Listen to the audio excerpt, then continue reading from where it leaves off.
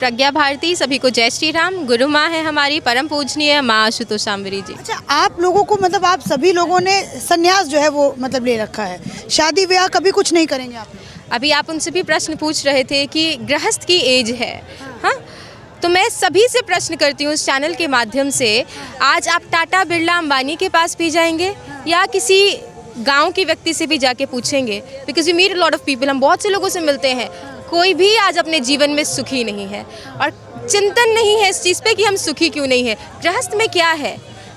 सभी ने सुना है ना कि स्वार्थ के रिश्ते हैं, क्योंकि it's a human nature. You expect something, आप एक्सपेक्ट करते हो कि सामने वाला ये करेगा तो मैं ये करूँगी।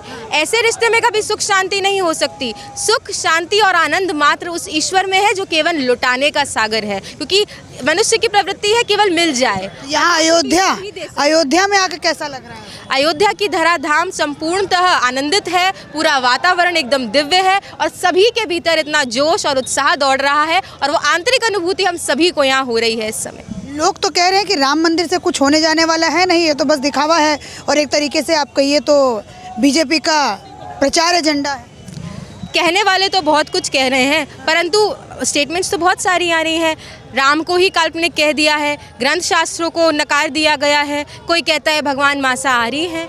तो ऐसे लोगों के लिए मैं कहना चाहूँगी कि राम कथा जन जन में व्यापी, केवल वंचित हैं कुछ पापी, जिनके ज्ञान चक्षु फूटे हैं उन्हें राम लगते झूठे हैं। झुकलाते हैं राम के मर्म को, घायल कर रहे हैं धर्म को, आस्था के प्रति निर्मोही है, सबके सब हरिहर द्रोही हैं।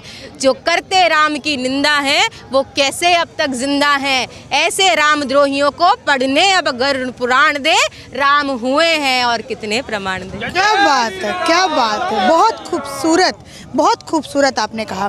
थोड़ा सा मैं उन लोगों को भी जवाब चाहती हूँ आपके तरफ से मिले, जो लोग कहते हैं कि जी राम मंदिर बन गया, मतलब सरकास्टिक वे में कहते हैं राम मंदिर बन गया सब कुछ हो गया, देश की अर्थव्यवस्था जाए मतलब चूल्हे में जाए उससे कोई फ़र्क नहीं पड़ता, लेकिन राम मंदिर बन गया सब कुछ हो गया। तो क्या कहोगे ऐसे लोगों को? उन लोगों को कहूँगी कि चाहे सरकास्टिक वे में ही सही, आप बहुत बड़ी बात बोल रहे हैं कि राम मंदिर बन गया सब कुछ हो गया, क्योंकि प्रभु का धरा पे अवतरण हो चुका है, वो तो सदा सदा है, आदि अनंत है। परंतु यह बाहरी बस एक संकेत है उन लोगों के लिए जिनको समझ नहीं आ रहा है। ये बाहरी मूर्ति मात्र संकेत है, वो सब समझ जाए उनको समझाने के लिए, कि जैसा भी कहा कि जिनके ज्ञान चक्षु फूटे हैं, जो आंतरिक रूप से राम को मानते नहीं है, जानते नहीं है, वो स्टेटमेंट्स दे रहे हैं। भगवान अब भी अंत तक आके चेता रहे हैं कि देख मैं आ गया हूँ, अब जागृत हो, धर्म की स्थापना का समय है, अधर्म के विनाश का समय है। तो उन लोगों से कहूँगी कि राम आ गए हैं, कार्य हो गया है। आप सरकास्टिक वे में ही सही, आप सही कह रहे हो कि आत्मा आपकी बता रही है कि अब कुछ नहीं होने वाला, अब धर्म स्थापित होगा ही होगा और रावण जैसे पापियों का नाश होना ही होना। रावण जैसे पापी किसको कह रही हैं? जो भी लोग हमारे धर्म के अगेंस्ट हैं, चाहे वो कोई भी हो, सबके लिए है। जो धर्म के विरोध है, जो भी सत्य के मार्ग पे नहीं है, वो सभी पापी हैं, क्योंकि सबसे बड़ा पाप है अपने धर्म का विरोध करना। And what is dharma actually? Religion is the realisation of God. Swami Vivekananda ने कहा कि धर्म ईश्वर की प्रत्यक्ष अनुभूति है। अगर आपने वो नहीं किया तो आप धार्मिक नहीं है, और आप ईश्वर को ही नकार रहे हैं तो सबसे बड़े अधर्मी आप स्वयं। बिल्कुल मैं कहना चाहूँगी, क्योंकि इंट्रोडक्शन मिल ही चुका है। दोनों दीदियाँ हैं हमारी, विदेश से, लंदन से है। मैं खुद भी दिल्ली से हूँ, मैंने BCom किया है दिल्ली यूनिवर्सिटी से, CS किया है, 1.5 साल गूगल में जॉब की है।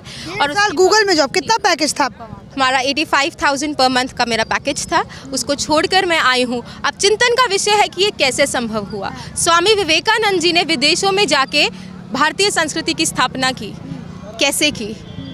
क्वेश्चन, बहुत बड़ा क्वेश्चन मार्क है। इसका जवाब है उनके सतगुरु रामकृष्ण परमहंस जी। जब उनके जीवन में वो आए और उन्होंने उनका ईश्वर का दर्शन कराया, तो वो एक्चुअल जो जागृति है वो उनके भीतर हुई। उनको समझ आया कि ये जो मेरा यंगस्टर हूँ, मैं युवा हूँ, ये युवा मैं इसलिए नहीं हूँ कि इधर उधर जाऊँ, कमाऊँ, रोटी खाऊँ, मेरा यहाँ तक लक्ष्य नहीं है। मेरा लक्ष्य है उस ईश्वर की प्राप्ति जो हम सबका है। तो इसलिए स्वामी विवेकानंद जी के पीछे उनके गुरु का हाथ था, तब जाके वो भगवाधारी कहलाए और इस भगवा की पवित्रता को उन्होंने जाना है। और हमने भी अपने गुरु माँ परम पूजनीय माँ आशुतोषाम्बरी जी के सानिध्य में इस भगवा की पवित्रता को जाना है और ईश्वर का दर्शन माने कराया है हम सभी के अंतर्घट में। तभी आज सब कुछ छोड़ छाड़ के हम आए हैं। ये प्रश्न बहुत लोगों का होता है, फर्स्ट क्वेश्चन जो भी हमसे मिलता है यही होता है कि सब कुछ आपने छोड़ छाड़ के ये कैसे संभव हुआ? तो एक ही जवाब है कि जिनके शिष्य ऐसे हैं तो उनके गुरु कैसे होंगे। इसमें गुरु की महिमा है, हम लोगों की नहीं। अच्छा, आपको मन नहीं करता कि मैं भी मतलब उस तरीके से रहूं, अलग अलग कपड़े पहनूं, थोड़ा अपने बालों में मैं अच्छे से वो करूं, थोड़ा अपनी खूबसूरती को निखारूं? एक समय था मैं भी दिल्ली में एक मॉडर्न लड़की थी,